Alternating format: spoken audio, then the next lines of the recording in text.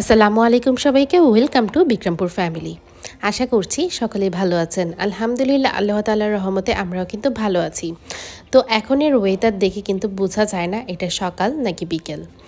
এখন কিন্তু বর্তমান সময়টায় আমি যে ভিডিওগুলো দেখাচ্ছি এটা কিন্তু একেবারেই হচ্ছে সকালবেলা। এটা হচ্ছে সকাল 7:30টার দিকে, দেখতেই পারছেন এইরকম করে মেঘলা আকাশ, সাথে কিন্তু বোঝা যাচ্ছে যে হয়তোবা বিকেল হয়ে এসেছে কিংবা আরেকটু পরে কিন্তু সন্ধ্যা হয়ে যাবে।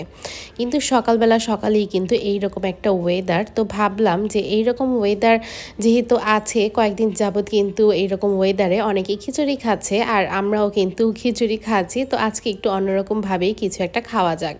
তো সকালবেলা এতটা বাতাস ছেড়েছে বাহিরে, তো আফরার বাবা তো ঘুমাচ্ছিল, এইদিকে আমি কিন্তু উঠে পড়েছি।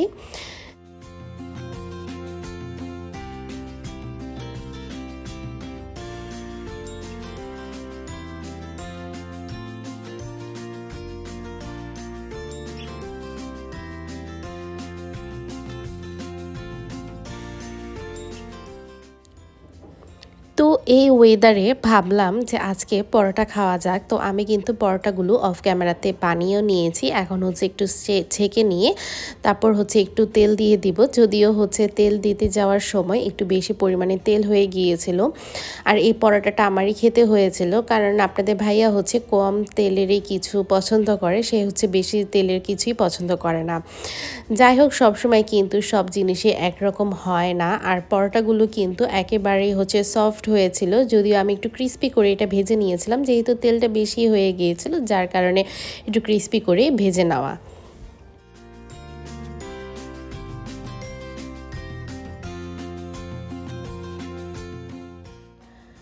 বৃষ্টি বিলাস নামটা কিন্তু এখন অনেকেই অনেক ট্যাগ হিসাবে ব্যবহার করছে, কিন্তু আমার কাছে বৃষ্টি বলতে বিলাসিতা বলতে কিছুই নেই, কারণ বৃষ্টি শুধু সবার জন্য কল্যাণ বয়ে আনে না, অনেকের জন্য কিন্তু অকল্যাণও বয়ে আনে।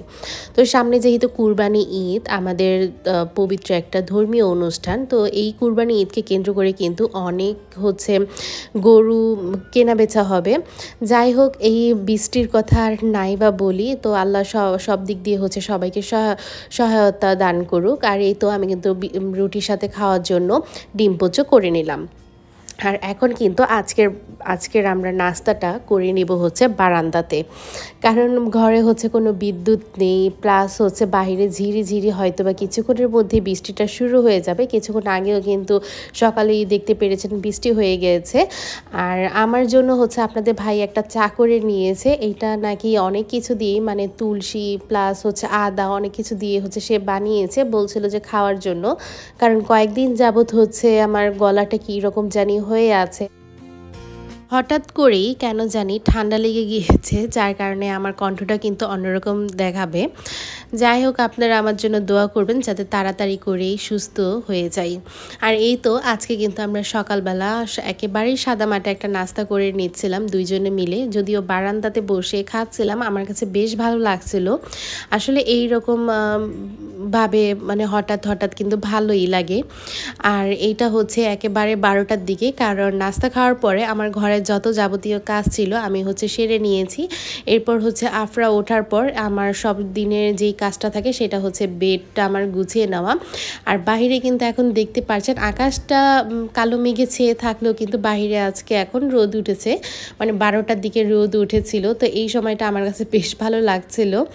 আর দেখতে পারছিলাম যে যখনই হচ্ছে একটু রোদের দেখা মিলছিল, তো মেলার যে আমাদের বাসার পাশেই যে মেলাটা হচ্ছে এখনো পর্যন্ত শুরু হয়নি আর কি, তো সব কিছু তারা কিন্তু আয়োজন করা শুরু করছে। আসলে তারাই বা কী করবে, মানে বৃষ্টির কারণে কিন্তু সব কিছুই থেমে আছে।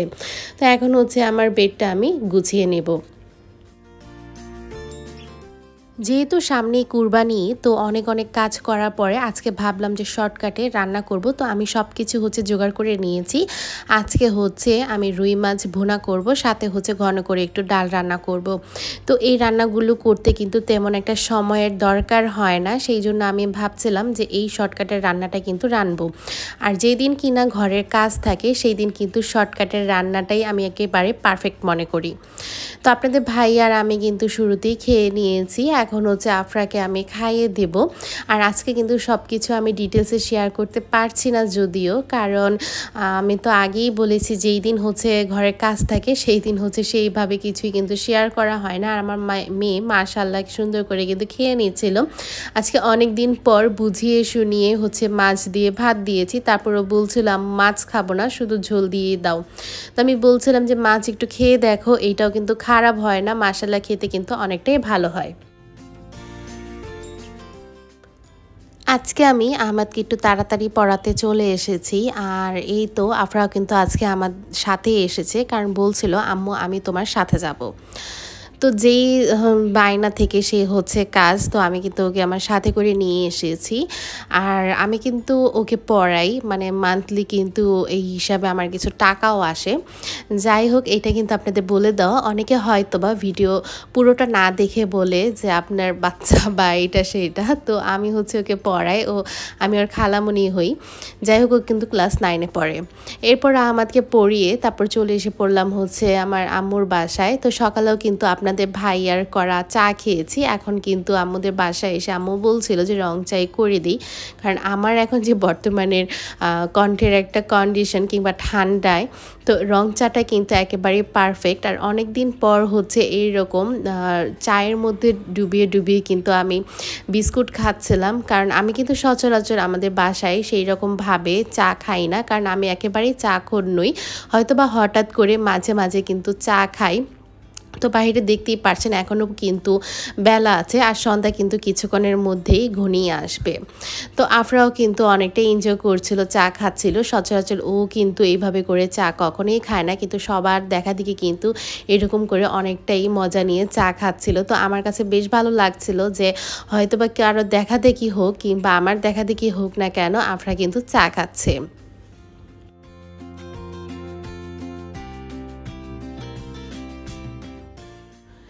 চা খাওয়া তো শেষ করলাম, এখন কিন্তু এই তো গরম গরম পিঠাও ভেজে নিয়ে আসলো আমার নানি।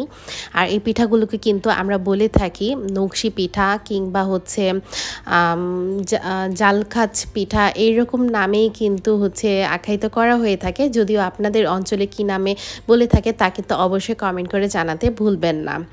তো এই পিঠাগুলো খেতে কিন্তু অনেকটাই মজাদার হয়, আফরাও কিন্তু খেয়ে নিচ্ছে। তো আজকের ভিডিওটি কিন্তু শেষ করছি এইখানে। ভিডিওটি ভালো লেগে থাকলে অবশ্যই একটি লাইক দিবেন। আল্লাহ হাফেজ।